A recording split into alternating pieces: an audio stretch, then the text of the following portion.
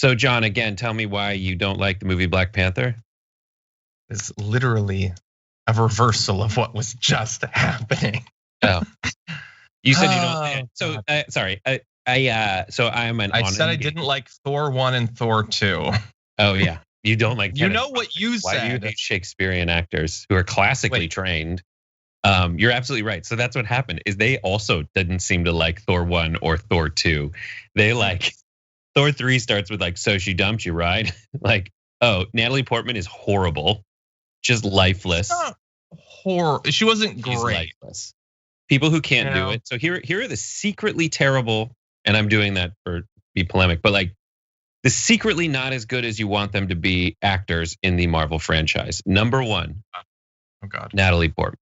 Just there's no chemistry. What did they give her? What did they give her to do? Yes, there's no chemistry. But like, what did they give her to do? No, every throwaway line delivered by Scarlett Johansson has 1,000 times more stuff going on in it because of Scarlett Johansson than Natalie Portman. Period. The second is Michael B. Jordan is not good. I didn't love his performance in Black Panther. I thought it was very growly. It's just on the nose. Again, that is what the character is. So that is the absolute worst defense against a performance. Like Ultron's better. Ultron people don't remember. Ultron's James Spader, just like getting wryness.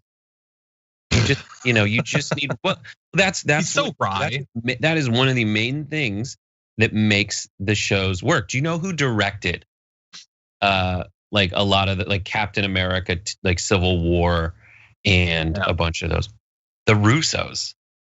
The Russos who directed half the Arrested Development episodes. Oh, that's weird. By the way, you want to know the weirdest thing? Over on Twitch, they're also talking about the Marvel movies. They can feel one person said Michael B. Jordan is very, very sexy. Just saying. Well, that is true. Yeah, that is also true of literally every person that's ever appeared in a Marvel movie. They're all sexy. You're just saying that because of how many nipples he grafted onto his torso. I assume those were nipples. Those raised bumps. Those are all nipples. I almost spit up my Lucky Charms.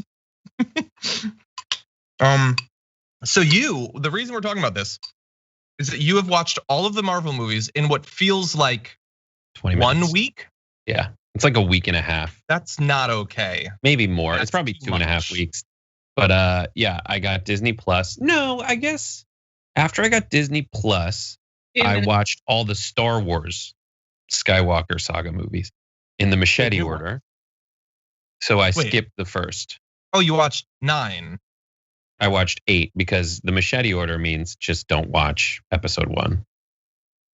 Phantom Menace has some good scenes. It's worth watching.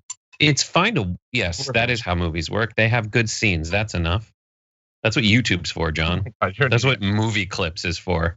Which is the best one of the original 9 or 8 that you watched?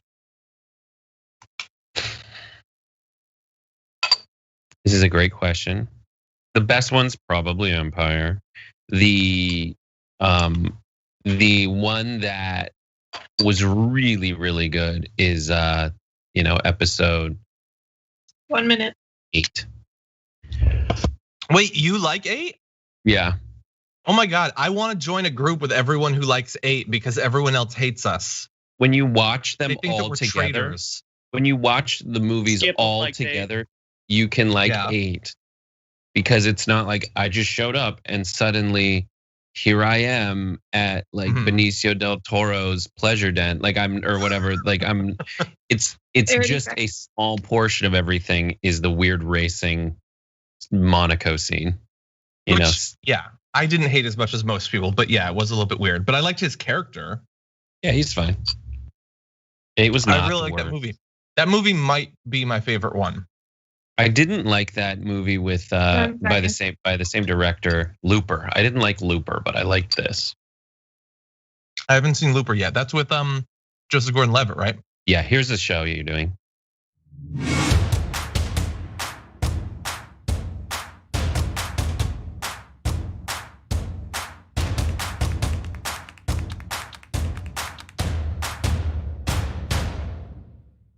Welcome everyone to the Damage Report, the last day of the week. Thank God, the last day, as I said in the pre-show, of the last full week of the Trump administration.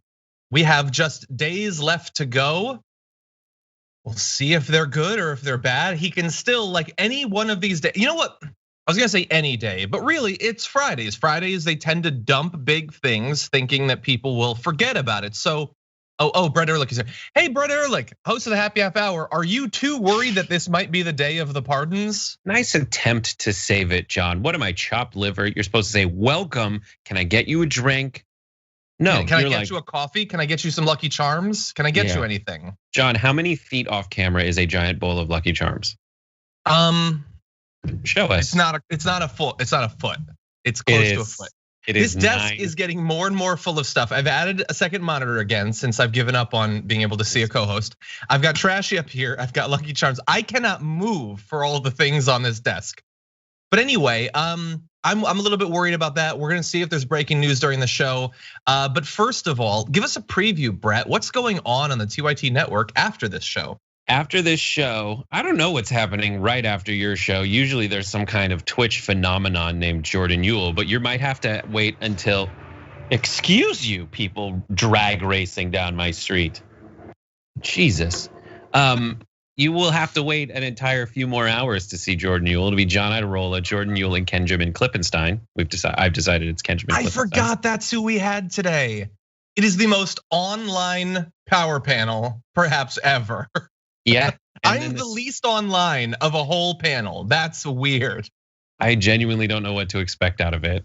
Just a bunch of like. It's probably like how most people they came into the show and then they don't know what to expect for the rest because of how weird it's been. You all think that there was nothing else for us to lose as we go farther into the pandemic, but we're falling more apart. We're eating cereal, maybe on camera now.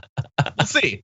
I might just start eating cereal. You could, John. I'm wearing a shirt you gave me that is real nipple chafy. Sorry about that. I know Don't run DNA. 5K in it. You know, John, you get Christmas presents like this, as well as the Dwight, you ignorant whatever, that I have to hide whenever we do a Skype interview with a high-profile politician. Yeah, that's a good call. Anyway, so everyone look forward to that. Second hour is going to be Anna, Malaika Jabali, and Lance from the Surfs going into post game. So it's a really awesome power panel today. And then if you like deathmatch Thunderdome style showdowns, you're really going to enjoy Common Room tonight because it's Brett Erlich, who I hear is so handsome today. J.R. Jackson from the Young Turks, and then Marissa and Sophie from Damage Report. It's gonna be a no holds barred throwdown, but socially distanced. So that's awesome. What I love is that neither of them mentioned this to me.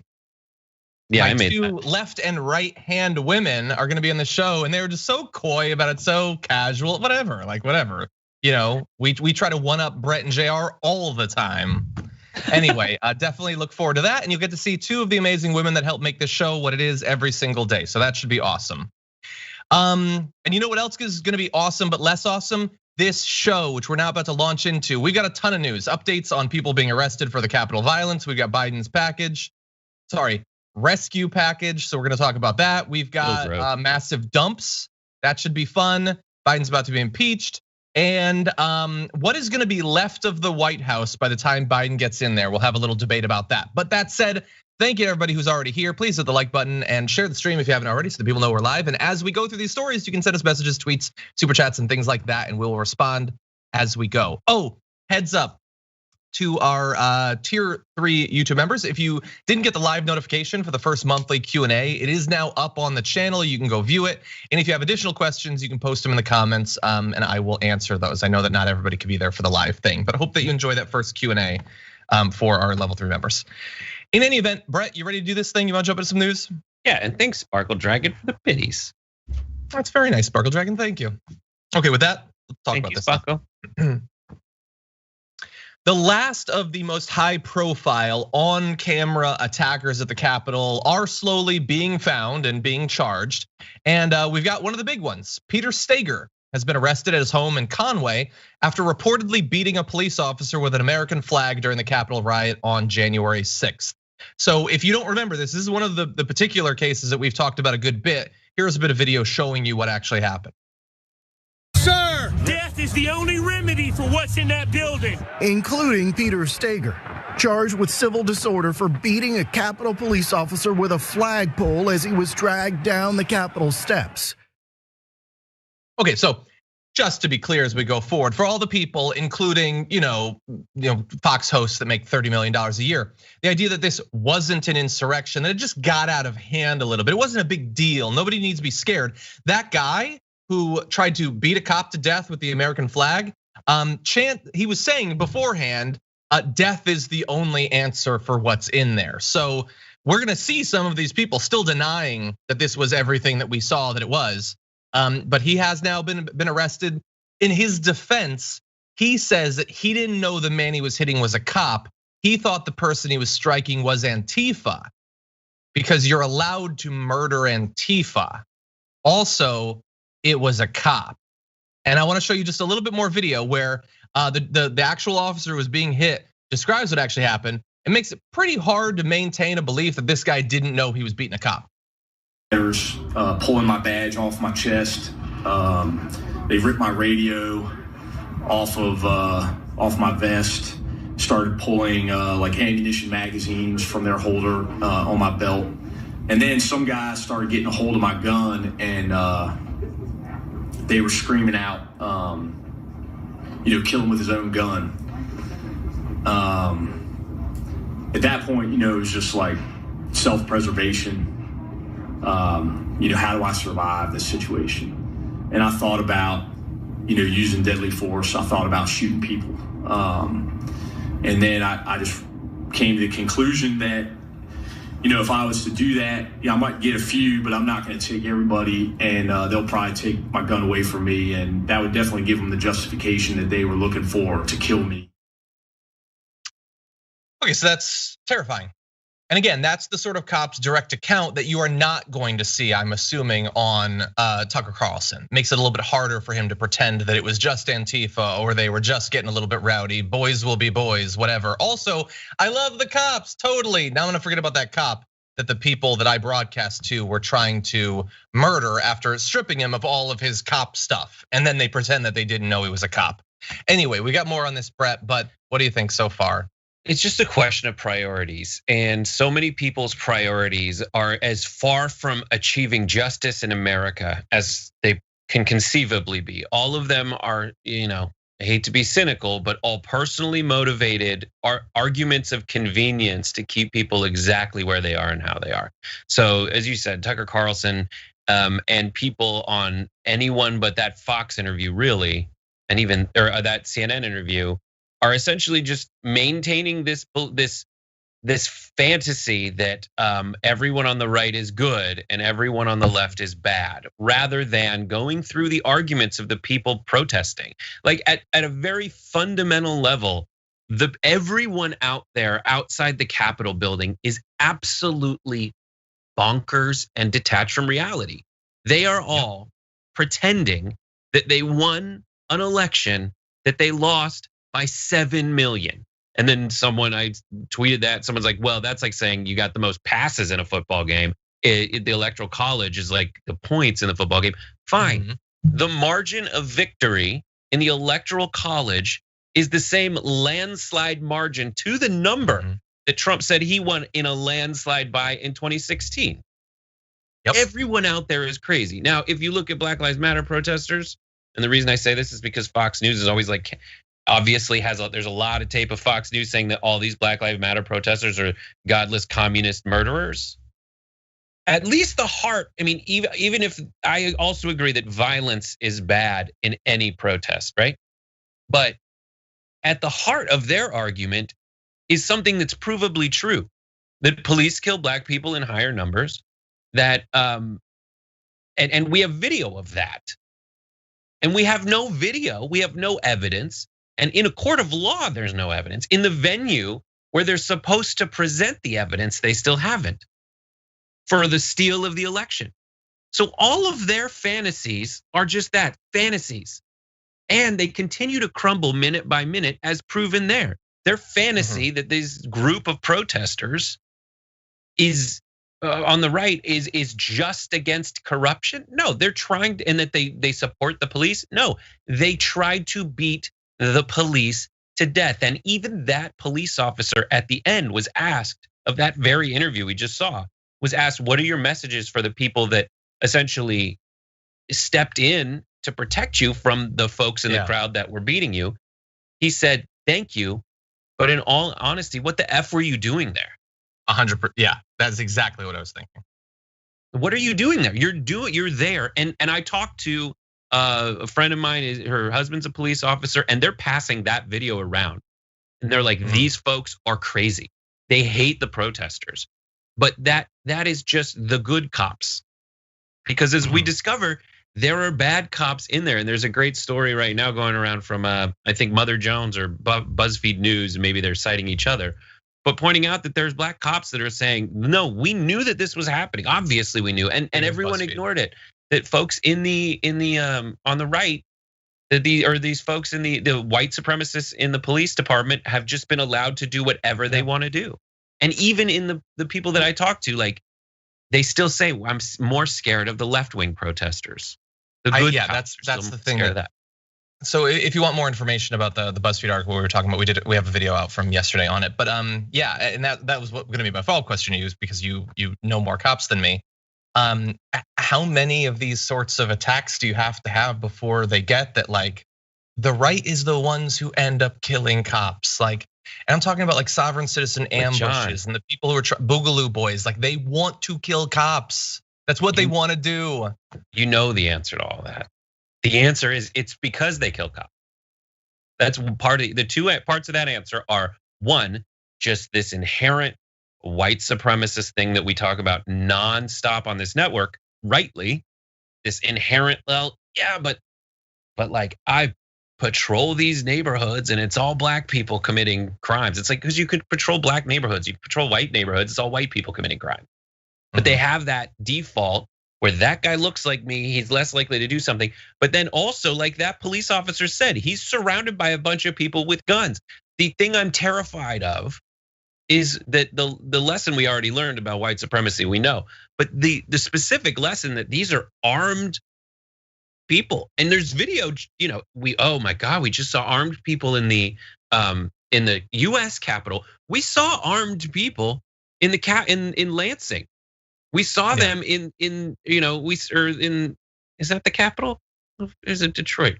The capital of Michigan. We saw them there, there to kill Gretchen Whitmer. Yeah, like they've done it, and it is because they have guns. It is because they have, and it wasn't the first time. Because you start shooting, you're gonna die. And I hate the lesson that kind of implies that everyone who's protesting should have a bunch of guns. That's horrifying. The police don't want that either. And it's one of the big fears for the upcoming inauguration protests, although I think that those are probably a little bit lower now that there's like 20,000 National Guard troops there. I want to turn to another one of these individuals. We had talked in the past about one of the men who were photographed on the House floor, actually, retired Air Force officer who was part of the mob that stormed the US Capitol. You could be seen carrying zip ties. This isn't the person jumping over the barrier with the zip ties. This is a different guy with zip ties. He apparently wanted to take hostages. That's what a prosecutor said in court in Texas on Thursday. As Assistant US Attorney Jay Weimer said of retired Lieutenant Colonel Larry Rendell Brock Jr., Lieutenant Colonel that was there. He means to take hostages. He means to kidnap, restrain, perhaps try, perhaps execute members of the US government. And as part of the evidence provided by that prosecutor there, he read in court social media posts from Brock, including one posted on the day of the riots saying, quote, "Patriots on the Capitol, patriots storming, men with guns need to shoot their way in." And this is, like, there are many varieties, many flavors of crazy that were there. This isn't just the, like, former military flavor. This is former lieutenant colonel flavor, who wanted to overthrow the US government and went there to do that. He is, I believe, the one who was turned in by his ex-wife who saw him on TV, which is hilarious. I'd love to see that. But again, in his defense, he says he just found the zip ties on the floor and he picked them up to give them to a police officer. Quote, "I wish I had not picked those up." Well, I'm sure that part is true. He wishes that he hadn't been pictured with them at the very least. Men with guns need to shoot their way in so that I can get in and pick up litter and give it to the cops I see. I'm assuming that was the part of the quote that we didn't see, Brett. And there's this. There's but so much really, here. really fast. Again, what we're seeing here is part one, you storm the Capitol. That's step one, F around. Step two is, I wish I hadn't picked up those zip ties. That's the find out part. And they all of a sudden, they're far less watering the tree of liberty-ish once they're facing charges. But he was ready. If that guy had Mike Pence, what would have happened to Mike Pence that day if this individual had him? Well, he wants you to believe nothing. Right, but if I'm gonna believe what I heard, hundreds of people chanting they wanted to kill him. They wanted to hang him in the gallows they had absolutely erected outside the Capitol building. But what the thing I was speechless over is just the extent of the self-delusion and lack of self-awareness. Guys, when they get caught, they didn't think they were doing anything wrong. They don't think they're the terrorists. And that implies two things. One, how far detached from reality they are. How much of a social media or straight up militia / gang bubble that they've put themselves in where they think they're righteous. And then two, the utter lack of empathy for other people who advocate for changes in the government. As I already pointed out, those are based in reality. You guys are more crazier than you think the other side is, because you are functioning absolutely in an illusion. So far from what's real, but the strangeness, how fast they must go from, I was just at summer camp, where this fun exercise of overthrowing the US government is righteous, to, oh my God, I was just there. There's a video someone uploaded of his wife, and in the video, the wife takes her mask off. She has a bandana, and he's like, put that back up, or they'll see you. And the reason I was able, and she puts it back up, he's like, I want to protect you. The reason that I saw that is because even still, he uploaded that video. Yeah. Exposing this is, and just like the utter security they feel in what is actually an illusion that this is their country. And it's everything they believe, it's just for them and it's for no one else. That is what, when I think about the very moment that they may or may not realize that they have totally lost it. That is the realest thing I can imagine. Yeah, and my final point, then we got to move on because we got a million things. But I just want, in terms of your point, that the detachment from reality, which is something that we've been talking about for a very long time, and how everything gets to be whatever you want it to be to make you feel good. You have part of the right who doesn't want to engage with what actually happened. They say it was Antifa that did this. The people who did it are saying, I shouldn't face any consequences because I wasn't trying to kill a cop, I was trying to kill Antifa. So Antifa is simultaneously the solution to all of their problems, facing in all different random directions. Everything was Antifa. All that riot was Antifa fighting Antifa. The cops were Antifa, the media covering it's Antifa, it's all Antifa. No, it's a detached group of people, and they have a media infrastructure that constantly reinforces them that this is the appropriate way to think about the world and to engage with the world. Yeah, and when people on the right, even the toadiest of toadies in Trump's, cabal, when they say, no, it was MAGA that did this, I was there. The state parties, the local governments, everyone that's trying to get those jobs is absolutely backing Trump and throwing all these people who had the gall to accept reality under the bus. Yeah, under the magic tool bus. I like that. Let's keep that. Okay, I'm gonna read a few comments. We're moving on to other news because we do have some big Biden-related news we have to get to. Turns out we're not just losing a president, we're gaining one too. So we're gonna touch base with that, find out who he is, what he's about. But in the super chat, first out the gate, Viking Rorik Dragon says, hi, John and Brett. Happy Friday. Hi, Dragon Squad. Hi, Viking. What a delightful super chat. The Bitchkin Chicken Dragon says, happy Friday, Dragons. Thank you for that.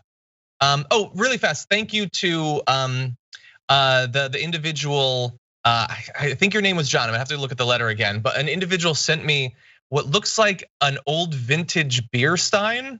It's very interesting. I need to learn a little bit more about it. It's a little bit weird, but he enclosed a letter that I'm gonna read after the show. So thank you for that. The Knicks Dragon says, happy Friday, and I hope Obi Mom is feeling better. Yes. My son is so excited for Garbage People. We love ending our week with you, John and Brett. Me too. Well, we've got some real garbage for you. I don't know who Brett's is. We don't actually talk about it. But I got some garbage for you. Okay, now I know who John's is. John's just puts it in the document. John just puts it in the doc. Does not respect this. It helps me because then I don't choose the same person. I know, but I like that you could. It's happened once. John, anyway, I am a classically trained Shakespearean actor. And so when I pretend that I'm surprised by your people, I literally, your garbage people, I go, it's something natural, like, John. That was at least Natalie Portman level. Oh, John. Anyway, okay, so we're referencing the pre-show. Okay, so Saren says, I can and have watched all the Marvel movies in 3 days. Bless you. Yeah, recently? Because there's a lot. Miss says, OMG, The Last Jedi fans unite. You're in the club. I saw some hate for us in the comments, but it's good.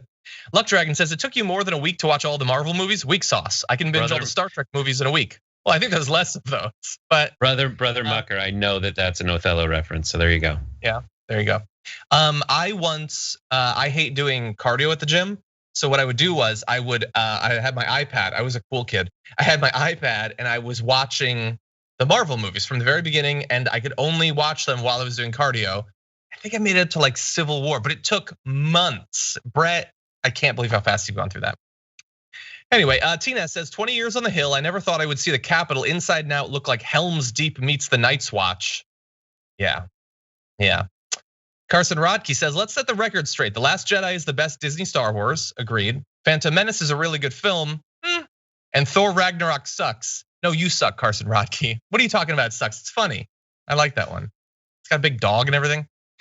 Anyway, Mark Bug says, John, whole family had COVID, including 2-week-old. We are better now, but was scary for a moment. Gotta say, TYT and TDR made this time somewhat bearable. Thanks for what you do. Oh yeah, like the stream. Hi, Brett. Hi. Family's feeling better. Okay, Frank Nunya, thank you for the super chat. Bernie the Kiwi Bird says, heard you guys talking about Star Wars, love you guys, but I did not like 8. Too many subplots, plot points that don't make sense, and build up that lead nowhere. 5 is absolutely the best though. I have heard those points. I respectfully disagree about the plot points not mattering. I think that in terms of story, I think that they do actually matter for the individual character arcs. Character arcs might not be as significant. Anyway, there's a video essay that I saw online that I thought was really good, but about that. Anyway, finally, Paul McConnell says, hey John, love the show and listen frequently while at work. How do you guys think Trump's business will fare once he's out of office now that the numpty has incited insurrection? Should we have hope that he'll lose that too? Some Republicans will still like him. I mean, I think they're gonna be fine. I think that he's going to continue to be annoying. He's gonna continue to be a plague on our life, and he's gonna continue to be rich. Anyway, over on Twitch, Progressive I'm a Dragon, subscribe for the 6th month. Thank you for that. Comp Case, subscribe for the 7th month. Says I would like to claim IT Dragon for any other dragons with computer problems. It's yours. Fairy Cat, subscribe for 8 months. Did you try turning the dragon off and on again? Did you try turning it on and off? Thank you, Fairy Cat. Robo Blake, subscribe for the 9th month. Jeez. Dino Boyer for 4 months. Thank you. And Pickle Hippie, converted from Prime Gaming sub to tier 1. Thank you for that. I Am Soccer, by the way, says, my Grubhub driver was 5 minutes late. Probably Antifa. Exactly, like it's just whatever you want. Whatever you want. Okay, with that, we've got some big stuff to get into. So let's jump back into the old news. Joe Biden has announced some of the details of what he would like the next coronavirus stimulus bill to look like. Now remember, of course, this is his proposal. the Democratic Party in the House and the Senate is going to be obviously involved in this, but this is what he wants. Billed as the American Rescue Plan, the package augments many of the measures in Congress's historic $3 trillion coronavirus relief bill from last March and in the $900 billion legislation from December. His is at about $1.9 billion. And there's a lot to it. We're gonna buzz through some of the details before we discuss. Let's jump straight to beefed up stimulus payments. The plan calls for sending another $1,400 per person to eligible recipients. This money would be in addition to the $600 payments that have already been sent out. We are going to return to that point a little bit later. Let's stick a pin in that and we'll focus on other elements of this plan. Enhanced unemployment aid boosted to $400 a week. Rental assistance at $25 billion and an eviction moratorium. $5 billion set aside to help struggling renters pay their utility bills. $5 billion to help states and localities assist those at risk of experiencing homelessness. $15 billion in assistance for small businesses. You have $350 billion for aid for states and schools. It's one of the big things that was left out of the last package. And then additional benefits like extension of food stamp benefits, child care and child tax credits, tax credit extensions, restoration of emergency paid leave, and a lot of besides. And the details are all out there if you want specifics. But overall, it's a pretty big package. Like we said, we're gonna debate the direct payments in a little bit. But overall, Brett, it seems fairly substantial, especially in comparison to what Mitch McConnell was willing to let move through the Senate not too long ago. Yes, this is slightly bigger than what Trump said his package would include, but we never got any details on that. Yeah. So let's do it. Let's do it right now. And the $1.9 trillion is actually bigger than that because it piggybacks on the $600 that was already agreed to be given out. So what we have here is pressure from the left and in both establishment and progressives to get something more is for the people, period. As the Republicans are currently saying, well, more than half of the Republicans in Congress are still saying like, wait, let's think about November 3rd. Because that is the date of the biggest tragedy in America.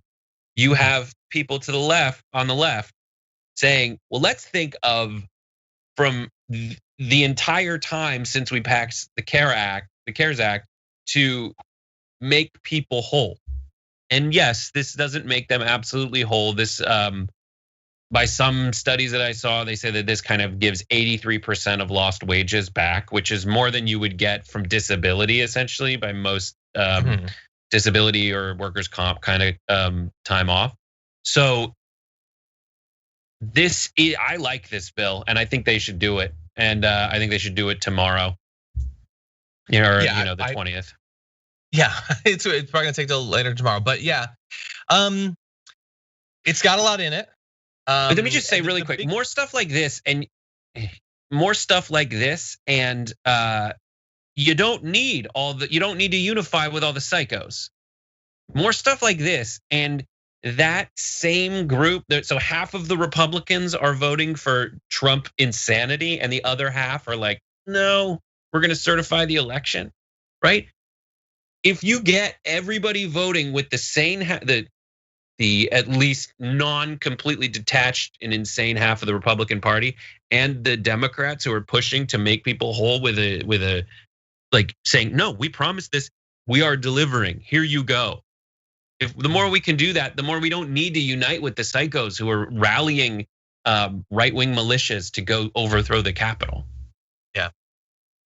Yeah, I agree. I think that right out the gate, this being one of the first big things they push for is, I think it's a good strategy.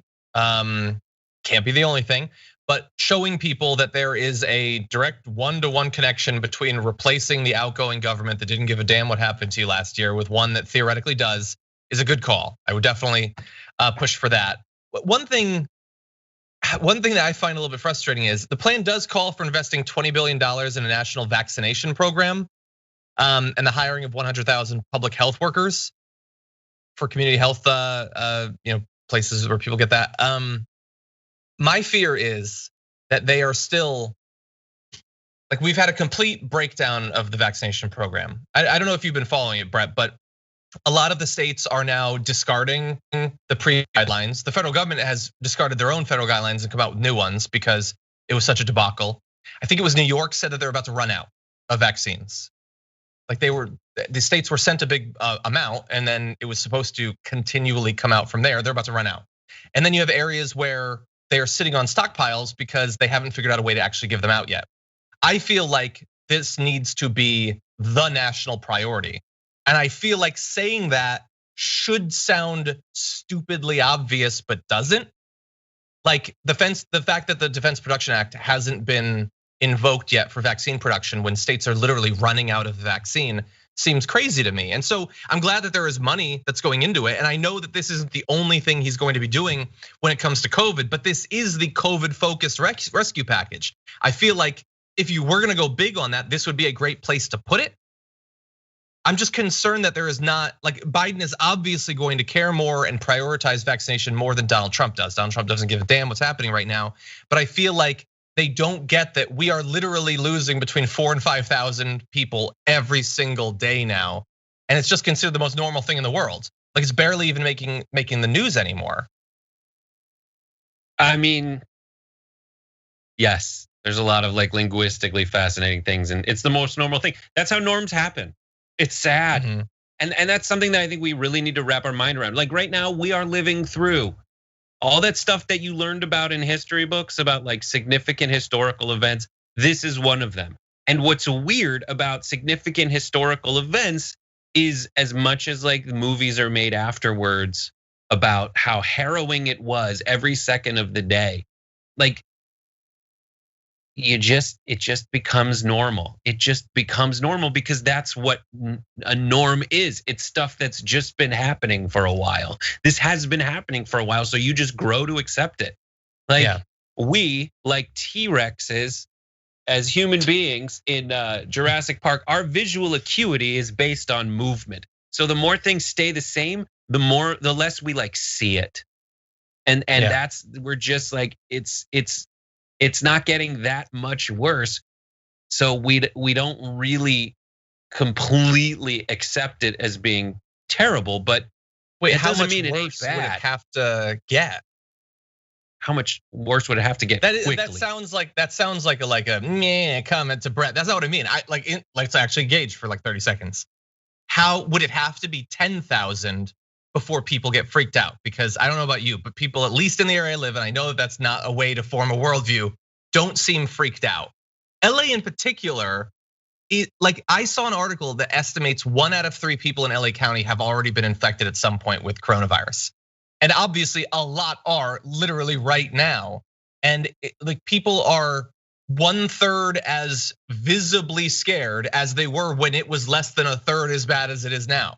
Sorry if that sounded a bit, Bilbo-y, but you do the math. They're not freaked out enough. I mean, it's one of those, well, if you want to engage with it more, there's people like me, not to brag, who are just like, this is what I have to do and I'm gonna do it. Mm-hmm. And there's people like you who are like, this is what I have to do and I'm gonna do it. The solution is simple for me, that's the problem. The solution is simple for me. I know that I stay home and I have a job I can do from home and I can go to the supermarket when I need to do it. For other people, it's not simple. They don't have a job. They have to stay home. Other people, it's, I don't believe anything. So they go out and they think it's all a hoax. Maybe they think they've already had it, so they go out. And then maybe those people are out there and folks who haven't had it yet look and say, well, they're out. I guess it's not so bad. I'm gonna go out. It's this weird, like, I forget what the name of the phenomenon is, but when you think, oh, someone's getting beat up on the street, someone's gonna take care of it. There's enough of us watching, and mob mentality, and no one does. Yeah, actually, I've referenced that study before. It's one of the most fascinating things I think I've read. Anyway, I don't believe you, John. No. I think I am the first one to ever mention mob mentality. I was in a grad school for political psychology, and that's like the thing. Oh my God. That's not appropriate to much, but it is directly appropriate to that. It's psychology. Anyway. John's such a tri-coastal elitist because he went to grad school in Austin. Let's get one of those hats. Anyway, okay. Do you know why John went to school in Austin? And this is a specific John story of going to school joke, is because the Capitol building looks like it's made of chocolate. That is not. I thought you actually remembered something I didn't. That is not why. You know why I went to Austin? Why? Because they paid for it. That's why I went. Because I couldn't afford to pay for grad school. And Texas passed a law that requires that every student in college in Texas takes 2 semesters of Texas and US history. They wanted to get people to be patriotic. And you know what that means? That means they need a lot of TAs. And you know what that means? They fund a lot of TAs, and that's how I went to grad school, basically. So whoever put forward that law a billion years ago, thank you for that. That's why I went to grad school. Anyway, let's jump into, it's not gonna be.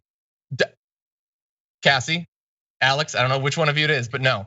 Anyway, let's now engage. You have to say it slow because they watch it twice as fast. If you're watching this, do not put it in the video. If people knew how fast the video is playing when our editors look at it, their minds would explode. But anyway, okay, let's engage with one specific part of this. Biden is now pushing for $2,000 in direct relief. Sorry, a total of $2,000 in direct relief. We got the 600 in theory, and now 1,400 makes 2,000. And I need to talk about that because, as Cori Bush has pointed out, $1,400 is in some significant ways not $2,000. It's different. And AOC had said Dem should pass $2,000 on top of the 600 from December rather than adding 1,400. 2,000 means 2,000. 2,000 does not mean 1,400. And that created, if you were on social media last night, a massive back and forth. I briefly got into a tiny little back and forth with Bernard from Westworld about it. And Brett, I bring this up because this feels to me like one of the things where maybe we will really disagree. I feel like a reasonable person in the last 4 weeks, or however long it is since the last debate, believed that Biden and Warnock and Ossoff getting elected means new $2,000 checks. Am I in a bubble? Am I crazy? Am I being unfair? Am I being a D? What's going on? It doesn't look like anything to me. That's just a reference to Jeffrey Wright. I should have responded that, but anyway. So that's funny. He was nice. He didn't because he can go off on people. He didn't go off on me or whatever. Yeah, because I like him too much in the Bond movies to really engage with it. I just pointed out because he was attacking AOC over her comment that I just read. So anyway, but what do you think? This argument that they always meant 2,000 total. I just don't buy that. I don't think people thought that it was. I think people. Okay, so my full take is it is $2,000, right? This is 600 plus 1,400 is $2,000. That math checks out, and that's what I thought would happen as a result of this. The Democrats are like, by the end of this, you will have a $2,000 check in your pocket, right? And that means through all of these negotiations, that $600 that was not enough, the Democrats were saying, we'll make you whole. You'll end up with $2,000 as a result of this behavior. So I think in my interpretation of what's happening, $1,400 plus $600 equals $2,000. That said, the rest of it is politics. The rest of it is, you still have one side arguing for giving money to people to make them whole in a time when there is a hole in their financial world, like a gaping hole, right? Stop. So I will say also, how much a month does that net out to, even if you gave the $2,000? That's the big question total. But do Democrats absolutely have to give you the $2,000? Only if Republicans step up and make them, because that's the only post-election block of influencers that have anything to do with this. Yeah. And they're not going to do it. I look. First of all, do we have the video? Do we have that video? Let's go to the video. So they're saying 2,000 total. The debate was between 600 and 2,000, and in the end, this gives you 2,000. And I get that. I'm really trying not to be an a-hole, but I also saw the tweets and I listened to the speeches. Let's go to a couple different references. and see what a reasonable person listening to this would think is gonna happen. We will be able to pass $2,000 stimulus checks for the people next week when we win these races in Georgia and get economic relief directly into the bank accounts of the American people who are suffering right now. By electing John and the Reverend, you can make an immediate difference in your own lives, the lives of the people all across this country, because their election will put an end to the block in Washington on that $2,000 stimulus check. That money that will go out the door immediately. Tell people who are in real trouble. That sounds to me like if a person's like, hey, should I vote? They're saying they're going to pass $2,000 stimulus checks immediately. And also, so look, so we've had a little back and forth. I get it. I would also say you just won control the Senate and the presidency. Just go bold. Like we haven't even started the process yet, and you're saying 1,400. You might end up with 1,400 because of how obstinate the Republicans are if you started at 2,000. But yeah, again, they're pre-negotiating with themselves before the negotiation starts. That's one problem. The other problem is, do you want the first big thing you do to be this discussion about what you really meant and if it's 1,400 or 2,000? Why not just do the 2,000? And plus, you just won. Show people that it matters. Plus, it's going to have been a month since the $600. Like we don't just need the money we should have had before. We are still suffering during all of this time. More people are losing their jobs. More people are losing their lives. That's still happening. How about you like de-prorate by giving us the 600 extra bucks for the extra month of suffering during the worst domestic crisis of our lives? I just think for all those reasons, this is such an unnecessary misstep, like before he's even inaugurated. I mean, I agree. That's why I said, like, if we backdate it for how much a month has it been since the beginning of this crisis? Like, I think that argument is a good argument. I just think that, and it's being made. I just don't understand what everybody's like so. I think you can both accept why they're saying $1,400 and advocate for $2,000. And I think that's what people are doing right now. What side am I on? Sure. I'm on the side of $2,000. It just makes more sense. Like that's $600. If we're doing like that numbers, it'll be a month, but that month was already even too late. You know, am I for an on? You know, when especially when folks, the high end of this negotiation is $2,000 a month recurring, according to John and Andrew Yang's basic income argument. But I just think for all the people who are like, why are we giving another government handout? I would point back to the beginning. The CARES Act was that largely, but for corporations. And that money's still ongoing and has been kind of re-upped. And this money for human beings hasn't. And it's more effective if you give money to individuals. They will return a higher percentage of that back into the economy immediately. And that immediately is even more operative now than before because we need to get through this time before everyone has been vaccinated. Like that, the immediately is important. And this will inject money into neighborhoods because that's where people live. Yes, exactly. And that's how they spend it. Not like, okay, we're gonna do hire more people in one location. No, just get it in there, get it into people's pockets. Yeah. So I agree. I just think I think it's disingenuous to be like, it just makes absolute sense to me why they said $1,400 from a like mathematical. Well, we already paid $6,000. What's the remainder? $1,400.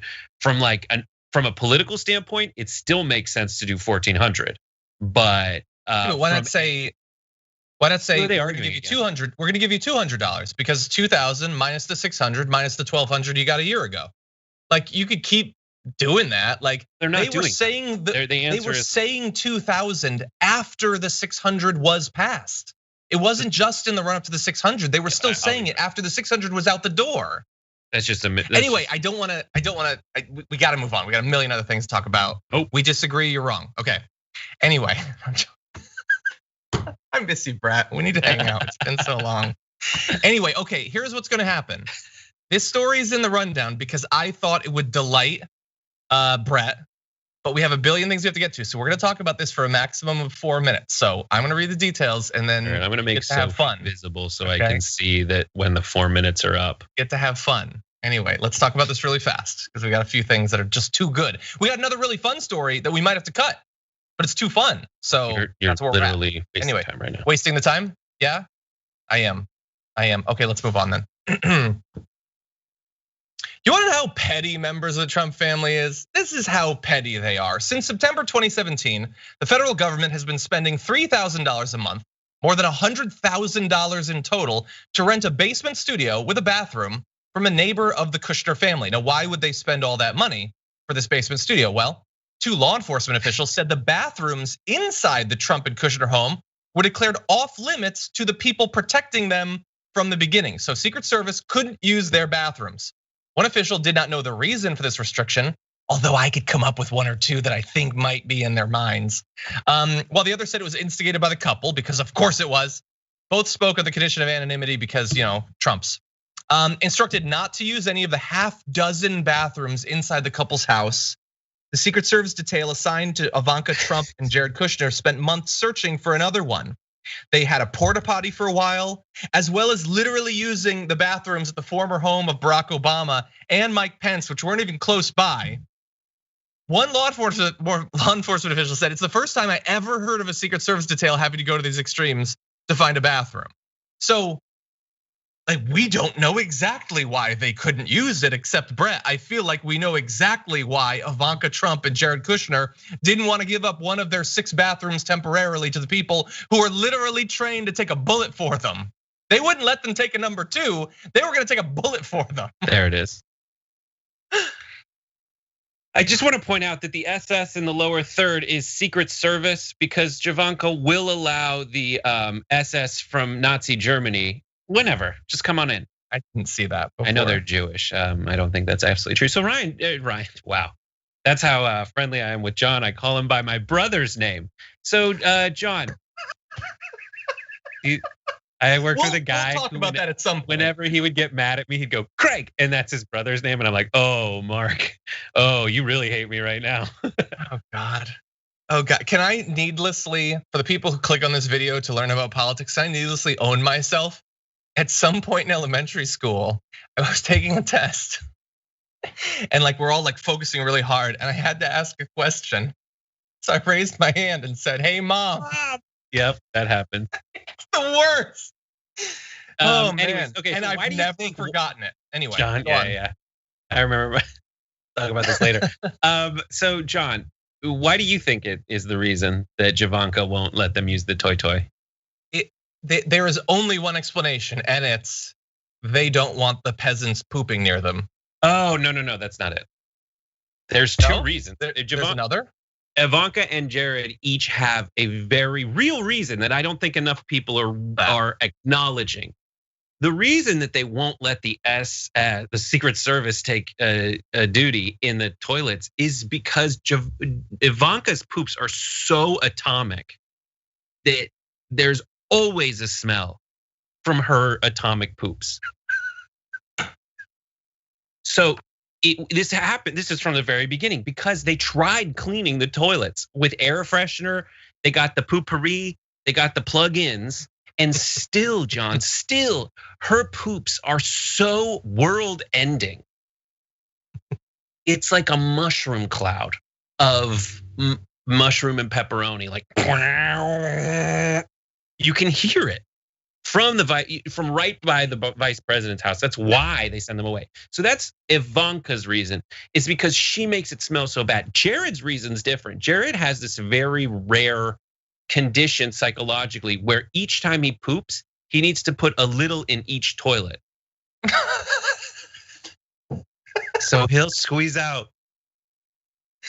He'll squeeze out a little in the first one. Does he have a perfect reticulating thing that can pinch off whenever he wants? Is that what you're saying? Recticulating, it's actually called. And so he'll do a little bit and get up, scurry, and that's why he can't have the SS there, the Secret Service there. He has to catch him mid scurry. Well, he just needs to know that the toilets are open.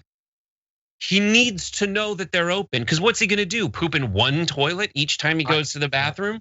No, it's Jared. He's a little bit, and that's the sound he makes. And he gets and scurries to another toilet. That's why he can't let them do it. And it's actually selfish of the Secret Service. That's one thing. That's one way I would. What it is. Well, yeah, well, it's selfish. And a good American. And that's one way I like to describe all people who would give their life for someone else. Selfish. It's selfish of the Secret Service. The secret they need to keep is his pan-toiletalism. He needs to poop. You know how there's a chicken in every pot? Yeah. There's last night's chicken in every pot for there's a perfectly spherical chicken in every pot. Blah. Okay, almost took my earbud out for a little bit there. I think that's good. I think we covered that news about the first family, and now we're gonna read a few comments and move on to other news. Veggie Owl Girl says, I know you will see the super chat. Last week I asked if I could be Library Dragon or Librarian Dragon. Since you gave away Librarian Dragon yesterday, may I have Library Dragon? I'm mentally ill, so forgive me for obsessing over this. You don't need to be forgiven because there's nothing to be forgiven. You can definitely have Library Dragon, although I will let you in on a secret. I'm okay with multiple people having the same name if that makes it more comfortable or feel more invited into the community. I'm okay with that. Not everybody agrees with me, but I'm okay. I like John being anyway, like, there can be no other Johns. Sorry, there's already one. Yeah. Strayak says, that happens strangely. I called the teacher's aide mom in kindergarten. It's really weird because I don't call my mom. I call her Amma in Cantonese. Yeah, that was embarrassing. And I've occasionally called like some of my best friends, other best friends' names, and it's just, especially if they don't even live in the same state and have never met each other, it's weird. It's a weird thing to do. Anyway, Gentle Jen says, sorry to school you, but it's the bystander effect. Yes, it is the bystander effect. That is 100%. I am schooled. The bystander effect? No, when it's called panpooptionalism, when you have to poop in every toilet. Is that what we're talking about? Different thing. Anyway, Olga T says, FYI, Brett has pretty eyes. Also, I'd like to be Star Rim Dragon from the mashup of my favorite obsession, Stardew Valley and RimWorld. It's yours. Look at Brett and his beautiful eyes. Star and Rim. Did you turn up the light for that? I got closer. Anyway, Gary Does Stuff says, Brett and John, make reference to Joe's significant package. Me, what, are we not doing phrasing anymore? Oh, that's what I wanted the name of the thing to be. It's like Joe's Tiny Package. Oh my God. That's what I was, we had a brainstorm session for what we were gonna call that's what the lower third said on the show when we broke the story yesterday. This package isn't big enough. Days Falling Down says, I watched Harry Potter 1 to 7 over a weekend. I tried, but it costs money. It's not streaming. I've done Lord of the Rings. It's a lot. I almost made an analogy to, nope. So some Keat Wright says, listen, if been a TYC member for a while doesn't get me talking about buttholes, then you've already talked about it more than enough. I feel like probably enough for quite a while. What if Congresswoman Ilhan Omar is watching today or something? Like, what if Bernie tuned in or a Booker for some show? You're not gonna blame me. This is what Sophie's doing right now. I can't see her. Oh God, yes. The Progressive Cartoon says, hey guys, is Jacket Off Jim Dragon still available? That's too Medal good. Of Dragon. Oh my God. Jacket Off Medal of Freedom. Maureen says, OMG, I laughed so hard I pooped. Designer Drea says, I'm paying for the gut busting laughter I just enjoyed by Brett's Ivanka toilet stories. Damn, that was funny. 100%. Dan C says, John, my wife, Dr. Sociology, loves watching your show. You're her boy crush, and I'm okay with that. I've always wanted to be a boy crush. Anyway, oh wait, oh no. How did I not know this was coming? Guess what's in the Twitch section? Bart's weighing in on Star Wars. Bart says, one of the reasons why The Last Jedi, along with the mandolin, I should stop reading. when you wrote The Mandolin. But anyway, is one of the best Star Wars movies. Oh wait, he likes it. Is that it continues the tradition from Star Wars movies before it gives the audience visual cues of film genres and history like Rashomon and The Lady from Shanghai, to where The Force Awakens and The Last Skywalker caters to fan service for no rhyme or reason. To those who drink the haterade of The Last Jedi, there's this thing called cinema. Look it up. There is. I have never really gotten like opposing fan service. Like it's service to fans. That's the people who are watching it. They watch it because they like that thing. So you're giving that thing. I've never seen why fan service is a bad thing. But anyway, in Twitch, Bart, you're great. Bart has recently gotten me several times these mini churro bites from Jack in the Box. Oh my God. Dude. I mean, there's some pleasures you can't get if you're not a billionaire, but I got news for them. This is as good as any of them. Anyway, Zombie Girl Dragon says, what is AOC's dragon name? If she ever like comes on the show and knows enough to engage with that question and like wants to have a name, I will literally die on camera, and then that'll be it. And she'll eventually get uncomfortable and sign off, but I'll be dead. And here's what I like about the lower. Here's what I like about the lower thirds on this show. You can tell it's like to show how much John is swooning. He went like this. He was like, AOC. I did not say her name. Anyway, we're gonna be talking about Representative. She would come on the show, and then he just melts into a little puddle. Now, we haven't just like Ivanka's atomic poopies. Anyway, I will say this: if she doesn't come back on the show, I won't lose my mind about it. Anyway, let's jump into some news, including a preview of what's to come. Donald Trump has been impeached twice. Once for trying to coordinate with a foreign country to manipulate our presidential election. The second for trying to overthrow our election by sending an armed mob into the Capitol. These are very serious crimes. They're not his only crimes he could have been impeached for. They're not even necessarily the two out of the top two that I would have impeached him for, but they were significant. Biden, on the other hand, might be impeached for, I don't know, whatever, because now we've got new Congresswoman Marjorie Taylor Greene, who has rubbed her brain cells together and come up with this. On January 21st, the first full day of the Biden administration, she's going to impeach him. For what? Well, there's video. We're not playing it for you because I like my audience. So here's what she had to say. I would like to announce on behalf of the American people, we have to make sure, so I'm reading her quote. You have to imagine that there's a bunch of Q paraphernalia behind me. But anyway, we have to make sure our leaders are held accountable. We cannot have a president of the United States who's willing to abuse the power of the office of the presidency and be easily bought off by foreign governments, foreign Chinese energy companies, Ukrainian energy companies, so blah, blah, blah. So she believes a whole bunch of nonsense. But what's interesting about the nonsense, Brett, is that she doesn't think that they should be able to convict Trump after he's president anymore, but she's trying to impeach Biden for things he did years ago as vice president.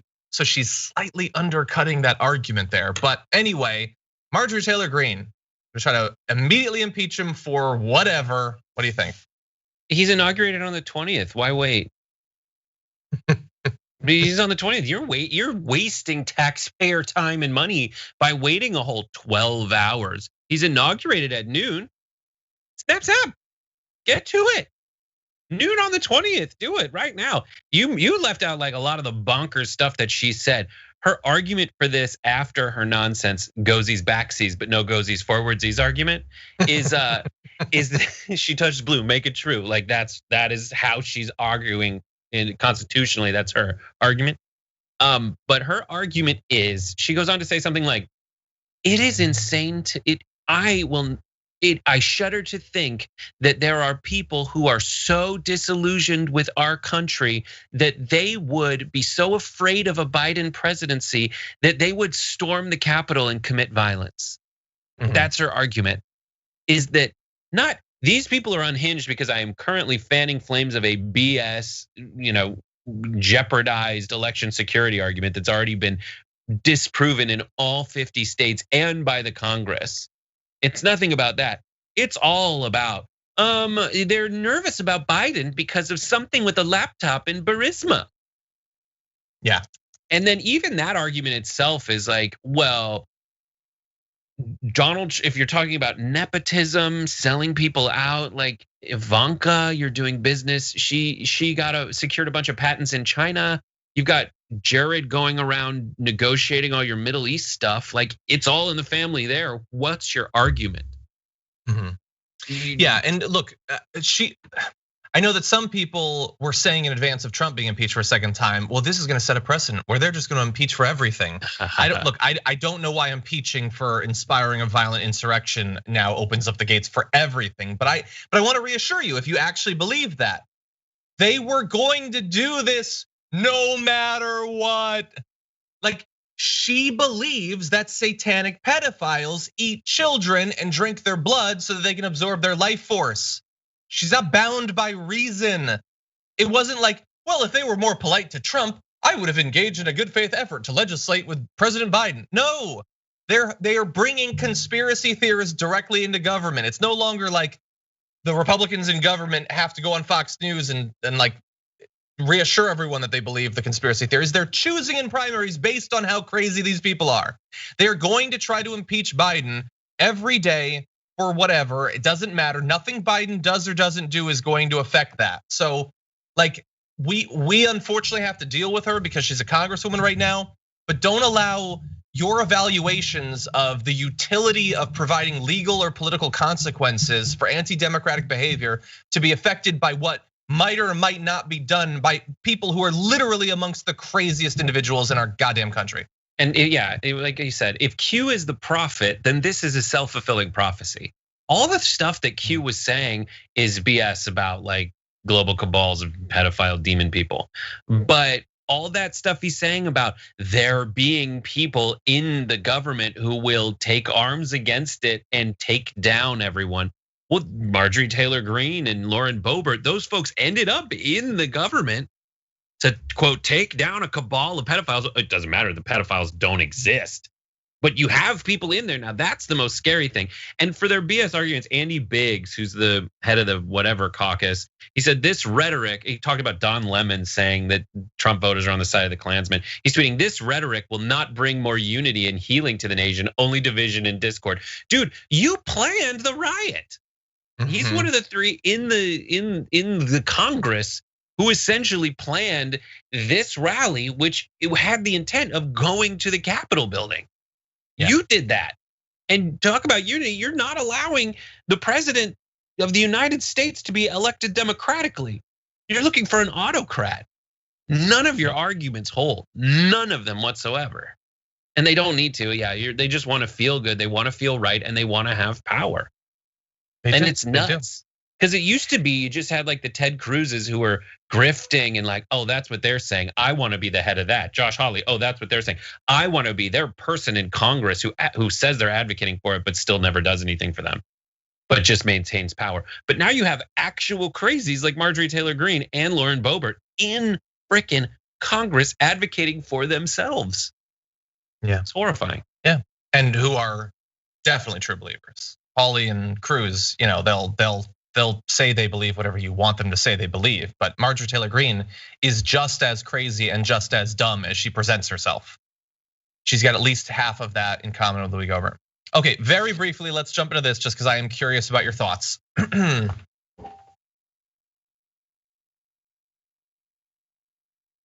Nice.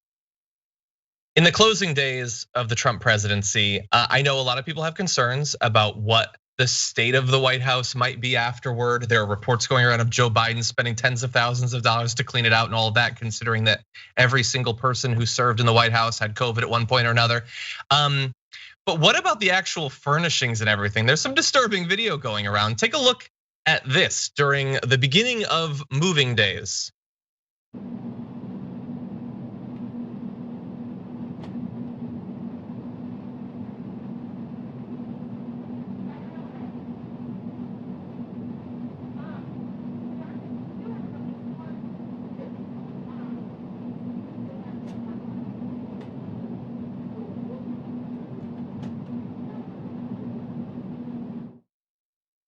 So two things. One, I guess there's literally just a camera that's permanently streaming on the front door. But anyway, that was a bust of Abraham Lincoln that's like more than 100 years old. and that is not owned by Donald Trump. Now, we don't know exactly what's gonna happen to it, Brett. It is possible it's being sent to be cleaned or something, but I don't know what is going to happen. What's gonna be left in that room, in those rooms, what might be added to those rooms last minute. I know that this is always a concern as transitions happen, and very often baseless conspiracy theories have sprung from it, but it's weird to see the Lincoln bus go out the front door. Well, obviously he's stealing it because Trump values keeping the union together and wants a symbol of that with him forever, as he tears the union apart and rebels against the Constitution of the United States to create some Trumptopia somewhere. My guess about this is when you take the Oval Office, you get to like pick the 5 things you want in it. And maybe this is one of those things that they're just gonna circulate out. Like there's no evidence of this. Like the thing of this meaning anything. There's 3 people taking it out. Maybe Trump doesn't want any reminders that there are like presidents who care about maintaining, the sanctity of the union and the Constitution. Maybe he wants that out of his face. Like maybe as he's saying like to people, don't show me any of the impeachment stuff. Don't mention Nixon's name. That's another rumor going around that if you mention Nixon, he just throws an even bigger tantrum. He doesn't want to see Abraham Lincoln. He doesn't want to hear the vowels O-I-N. He doesn't want to hear any of the vowels in Joe Biden's name. Doesn't want any of that. But my guess is this is probably either something that was somewhere in the White House that needs to be moved, but it, like many viral videos, it is a symbol of how people are feeling about what's happening in the world. And this is something that reminds us that Trump is so crazy and unhinged that we don't know what he's going to do. Is he going to burn down the White House on his way out? Is he going to try and steal like memorabilia and hang it in a Trump golf course somewhere until he loses the lease? Who knows? Yeah. We put onto it whatever we take into it. We don't know if in the end they stole the bust. We'll find out about it. But you do have to pump the brakes because what did they lie about? Was it about Clinton or Obama that they stole one of the letters off all the keyboards or something? There are crazy things that are always said. That said, this isn't exactly the same on a personal petty level as the transition from Clinton to Bush or Bush to Obama or Obama to Trump. Trump is, in all of those interpersonal ways, all those personality characteristic ways, he is worse than anybody. So something's gonna happen. That's all I'm saying. I'm saying don't trust everything that you read, and that video doesn't necessarily show what it seemed to be showing. Something's gonna happen. Here's the most John explanation I could come up with. This kind of I hope you would like. It's not something you'd come up with, but here's what I think is happening. On the flip side of the Constitution, if you hold up a backlight, it has an incantation, or the Gettysburg Address, it has an incantation that you can chant that brings Abraham Lincoln back to life with superpowers. But up until now, they hadn't like every bust, everyone knows this, every bust sculpture has somewhere else a body sculpture that if you reattach it and do the incantation, it comes to life. They, in preparation for the violence from neo-Nazis and more specifically Confederate revivalists, they are taking every precaution. And yes, maybe it's because I just watched every Marvel movie, but they're going to bring back a superhero version of Abraham Lincoln that's 6 meters tall to protect the Constitution and Joe Biden against the insurrectionists. That's beautiful. That's beautiful. I would pay extra to stream that early. Anyway, okay, so here's what's gonna happen. We are over, shut up. We are over, so we are going to go directly in the next minute into our garbage people. So heads up to the director, if you could get that ready. I'll go first. I'm gonna go first. Okay, gonna give me a thumbs up when we're good to go. Everybody whip out your emojis. We're good to go, okay. It is the end of the week, and so it's time to take out the trash.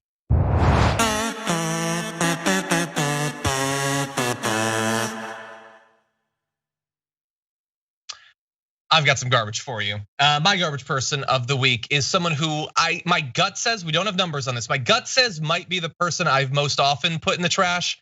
And this person, I try not to every time because I hate talking about this person, because this person is not just awful. For every bit awful they are also being it purposefully in a very dishonest way. Like it's a thing that they're doing, so I don't like engaging with it. But sometimes the garbage stinks so bad that you just have to get rid of it. And so my garbage is Tucker Carlson, seen here demonstrating, well, you know. So he's trash and he's going in the garbage today. Why? Because he decided that in the wake of this horrible murderous violence at the Capitol, an event that could have led to any number of our elected representatives, mostly Democrats, but some Republicans as well, being killed, that if you were scared during that time that you might be one of those in the Capitol building that were killed, he thinks that that's hilarious. And here he is attacking Representative Alexandria Ocasio-Cortez. Has happened. Therefore, you've got to hand the worst people in the world the keys to your life. See how that works? As if you needed more evidence that it's all about what's good for Sandy Cortez and her friends, and not about what's good for you, because nobody cares about that. Watch her new position, her revised position on defunding the police. This is from the other day. Many of us nearly and narrowly escaped death. There were members of Capitol Police who were quite heroic. You know, we have many officers, and you know, there were also black and brown officers that were confronting white supremacists and putting themselves not just to protect members, but they put themselves in harm's way. Narrowly escaped death. When the most harrowing thing you've done in life is pass freshman sociology at Boston University, every day is a brand new drama. Sandy's heart is still beating fast. But she likes the cops now, despite the fact they're white supremacists. What a difference a day makes. And Sandy Cortez is not alone. Congresswoman Ayanna Pressley. Okay, so look, it's not gonna come as a surprise to anyone in the audience that he's absolute garbage. And there's no standards for anything, let alone on Fox. But if there was any justice, if Fox cared at all about their reputation, his career should be done after that. A congresswoman made a video about the fact that she was almost murdered, and he mocked her viciously, contemptuously, making up a name for her, because why not? Just call her whatever you want. Sandy. Mocking her in that way is insane. That was utterly insane, that entire thing. That's what a guy who makes like 30 million plus a year devoted his news hour to, was mocking a woman who was afraid that she might die. And we're gonna walk through a couple different aspects of this. But the overall thing here is, there are few people in the country who do more work constantly on a daily basis to whip people into a frothing hatred of AOC. There are few people who have contributed as much to individualized hatred and desire for violence against her than Tucker Carlson. And so that's the first part of the grift. The second part is when people actually act on it, you then get to mock the people who narrowly escaped the mob that we have to assume loves everything that Tucker Carlson says. They mock her. She was very right to be afraid. We're finding out, obviously, as we knew at the time, Capitol rioters meant to capture and assassinate officials. That is what some of them wanted to do. And so he's mocking her for being thankful that the cops protected her, pretending that she's ever called for the complete annihilation of all cops, which is literally, obviously, and he knows, not a thing that she's ever called for. And he is saying now, by effect, that all of the cops who protected those individuals, led them away, the cop who was beaten to death, F them, because that wasn't a serious attack. A cop was just beaten to death by something that isn't serious. And he has said that since then. It was not an insurrection. This was not a big deal. There was nothing racist about this, nothing white supremacist about this. This was not a big deal. Sure, a cop got bludgeoned to death and other people died and dozens of cops were injured. And at any other point, he would use that to complete, like, forget, you don't even have to think about this entire movement. But with her, no, totally fine. It's totally cool. And we're gonna point out a few other aspects of hypocrisy on this. But Brett, I've been talking for a long time. I want to let you get in. Sandy Cortez That is insane that he calls her Sandy Cortez. So I have no idea where that came from. Benefit of the benefit of the benefit of the doubt is she went by Sandy at one point and then was like, no, I want to be Alexandria again, which is my freaking name. And he wants to call her Sandy Cortez to dehumanize her and then which is a very like racist. No, you're not a person of color. You're Sandy. I would come up with a ridiculous, stupid name for Tucker Carlson, but his name is already a ridiculous, like bow tie that has a social security number name like Tucker. You've got to be kidding me. Swanson, bro, Tucker Carlson, and then also, you want to talk about complaining about not near-death experiences? Didn't you do a whole segment about how the New York Times was gonna dox you when they never did and never were going to? Yep, and you're like, and you did a whole segment. My family's in danger. I am gonna, and then people in his audience ended up doxing the reporter. Yeah, and he lied about the attack. He said that they like broke down his door. People took photos of the door afterward. There was literally no damage. There was a protest. There were some people who were across the street from his house. That's what happened. And he pretended that this was the worst thing that has ever happened. But a literal band of crazy conspiracy theorists roaming through the halls, killing people. If you thought that was dangerous, well, then you're Sandy. And it's funny, why are you freaking out? The worst experience you've ever had was passing sociology. Yeah, AOC hasn't lived life on the rough streets Tucker Carlson has. He literally has spent his entire life wearing bow ties. And he's telling other people that they don't get to claim that their life is difficult. I have no doubt that as I'm saying this, AOC is receiving death threats and rape threats. It must be constant. Listen, and he's criticizing her. Tucker Carlson, really fast. Wait, Tucker, wait, hold on one more second, Brett. One more thing about Tucker Carlson. There are people who will go on Fox News to get the progressive message across. Bernie Sanders did, I get that. There are other people who claim that you can do the same thing on Tucker Carlson, and I have long disagreed with that. But like this is who he is and what the show is. If you go on his show and it's not to talk about this, to attack him for this, to attack the constant racist like incitement to violence that his show is, there's no valid reason. This is who he is. This is what the show is. And it's not just him.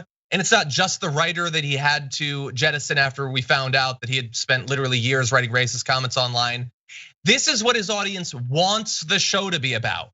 They tune in for a 1 hour hate against AOC and Ilhan Omar. They were transitioning to Ayanna Pressley. Ayanna Pressley's husband has COVID now. Ayanna Pressley is immunocompromised. She could die, her husband could die. We don't have the rest of the video for you, but I guarantee it wasn't sympathetic.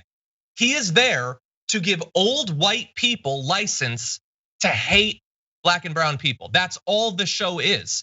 And to get them to continue to support a white supremacist fascist government with the occasional set dressing of, I say the ruling class once every 3 months. That's what the show is, and we all know that. Everyone in the audience knows that. Everyone who has shows like this knows that. If you go on his show to chase clout, you are supporting that same racism, that same fascism. Let's be very clear about that. That has been true for a very long time.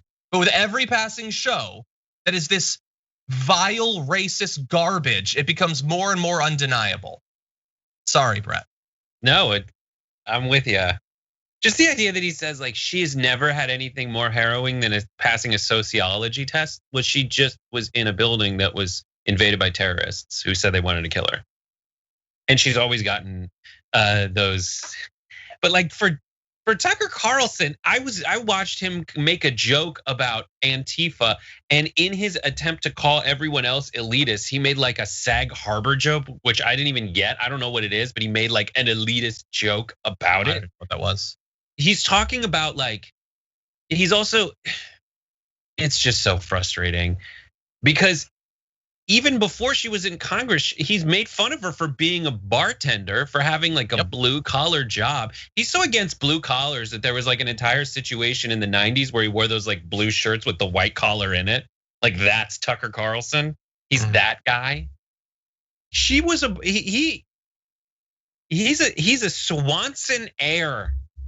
He's a gajillionaire. He's been doing his show from his palace in the sky, pretending one of his to multiple palaces, pretending to be on your side. How can anyone watch Tucker Carlson, the floppy-haired, millionaire, and with HEIR at the end, and think that when he advocates for real people, he ever cared about real people? He doesn't. He never can. He can't. He never will. That is pathetic and disgusting. Calling her Sandy. Ugh.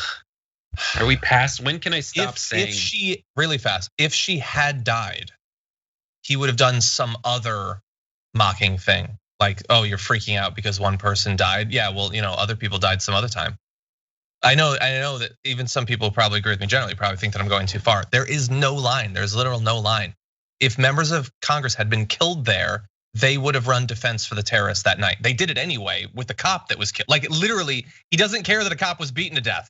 You think he'd care more if a Democrat was? Anyway, we're done. We're not talking about Tucker Carlson anymore. What's your garbage person? My garbage person is Tommy Tuberville. Tommy Tuberville is the former coach of the Auburn football team, which makes him the perfect candidate to become a senator in the United States. He did a recent interview with CBS 42, a local affiliate, where he said a lot of ridiculous things, and we'll get to the worst in a second. But here's the first thing he said. Well, we got the worst pandemic of my lifetime, and we're worried about impeaching the guy who's only gonna be there 7 more days.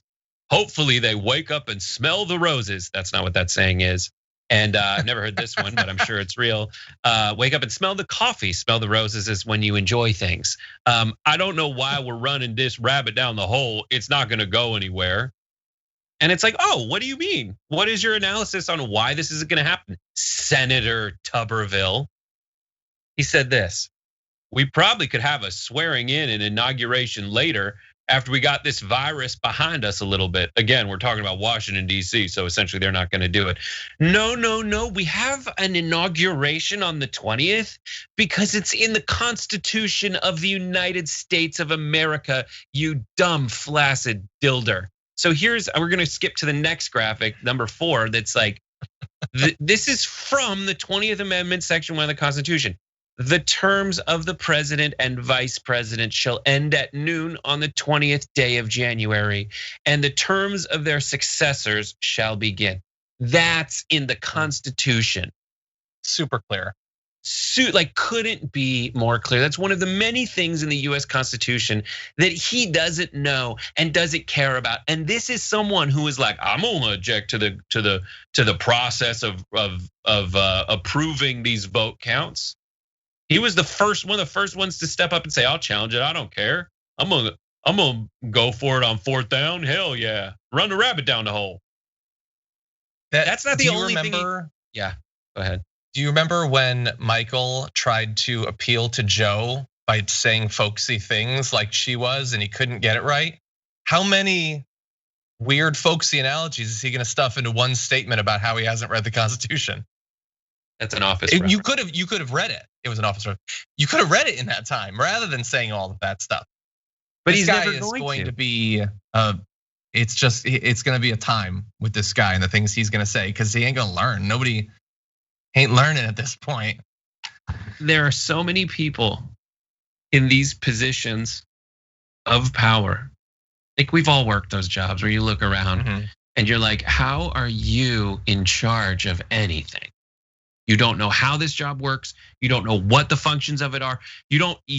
I've had to, in previous jobs, had to run things by people who have no clue, no frame of reference, and no interest in doing it. They just want the credit for it going well and for people to like them and keep them in that job.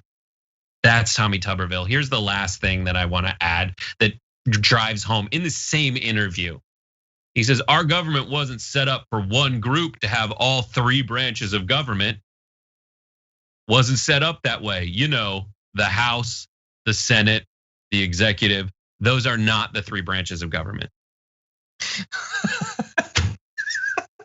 It's also philosophically not even remotely true. It's. I mean, you could make a case like they preferred. No, but that's not the three. And the same thing happened with either Marjorie Taylor Greene or Lauren Boebert, the two. They like just ask every one of these what the branches of government they have. They have no clue what they actually are. They could get one of the amendments right, probably, and I could guess which one. And that's probably about it for knowledge of the Constitution. The three branches of government were set up to offset if those get taken over by the same party. And even then, like he doesn't know anything, man. What if your linebacker showed up on game day and had no idea what a defense was? Tommy, would you run that rabbit down the hole? Moron. And they don't care. Like they don't just someone being intelligent in general, let alone specifically about the Constitution or government or philosophy or whatever.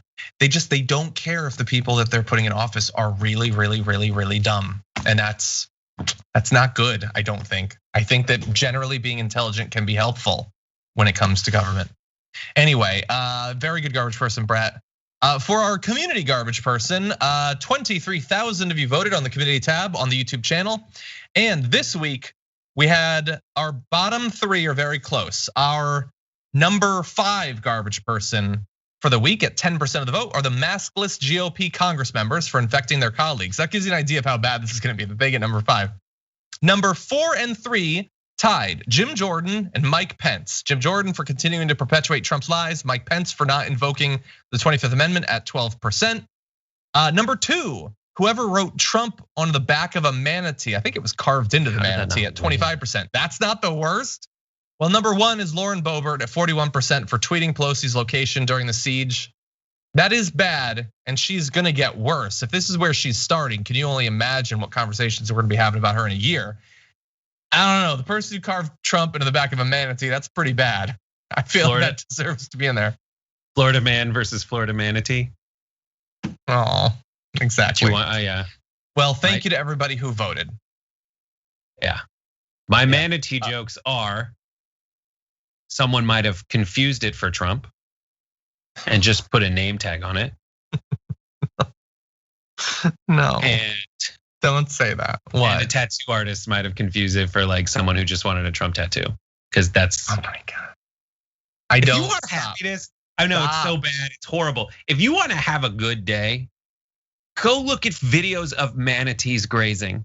Do yourself a favor. It's just do that. Show. And they're it's very so cute. Sea cows. Yeah, sea cows.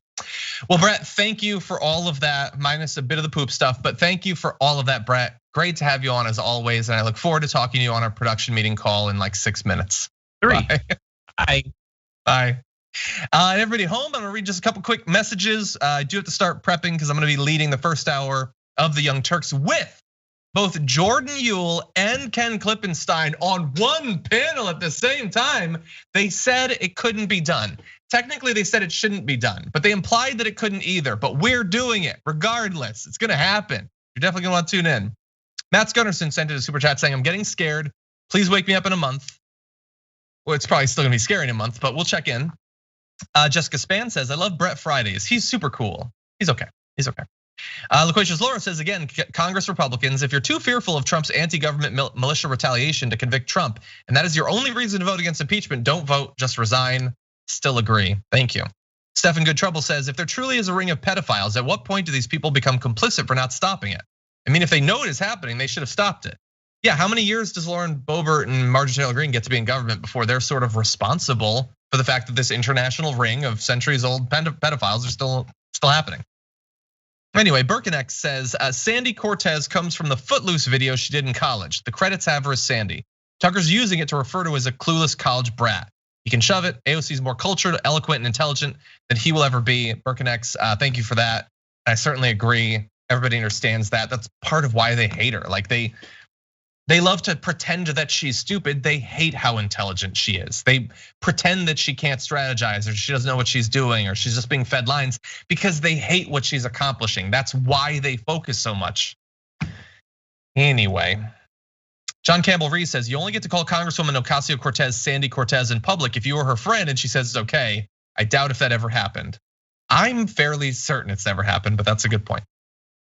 Elizabeth Gallego says, my 10-year-old knows what the 3 branches of government are. Good point. It's like when Trump was asked the 3 aspects of the nuclear triad. It was just, oh God. Alto Eager says, hi, John and Brett, love the show. Wanted to let you and the Dragon Squad know that tomorrow is Appreciated Dragon Day. That's a good news to know. Everybody, on Saturday, reach out to a dragon near you and let them know that they're loved. Anyway, a few more. Jacob Jackson Kissling says, is Dragon Daddy taken? I'd like to share that with whomever has it since I just learned that's cool. Dragon Soldier says, it was always hard being a progressive in the armed services. I was so embarrassed last week as a service member. I'm so ready for a new commander in chief. I understand that. I do. Freaky Blue Healer says, in memory of my perfect blue healer, I'd love to be Frankenstein's blue dragon. You guys like? I do. Anybody who's honoring a dog with their name, I like. Rialan says, hi mom, I mean Ryan. Why is Simon LARPing as an expert on poop and going by Brett? Yeah, Simon Simonson occasionally shows up on the show. He prefers to be called by a different name. I've never really understood why. Anyway, let's see what's going on Twitch. Bart says, Brett is correct about the incantation of the Gettysburg Address. The movie Abraham Lincoln Vampire Killer is proof of that. I didn't know that was part of it. I know that was a reference he was making. Shoegaze Dragon Georgie says, Bart with the mic drop. Don't encourage him, don't. RC Tycoon says, John, do you watch any anime? If you don't watch anime, and you may figure out why some persons don't like the fan service and the popular animes are ones with an actual story, I do watch a little bit. I know that it can go too far. I would say that having like allusions to the original movies isn't the worst like fan service you could have, basically. By the way, I see that Damian Baca just upgraded his YouTube membership to tier 3. Thank you for that. That Q&A video is uploaded right now. You can go see that as well as the top 10 list as well. So thank you to everybody else who sent us messages. I will be reading them. I just can't read them live because I have to go to the production meeting. But thank you so much to everybody who watched the show, commented along, was part of the community, for being so supportive. I can't thank you enough. I'm gonna be doing the Young Turks a little bit later on, so I hope to see you there. And until then, stay safe out there, stay sane out there, and I'll see you soon.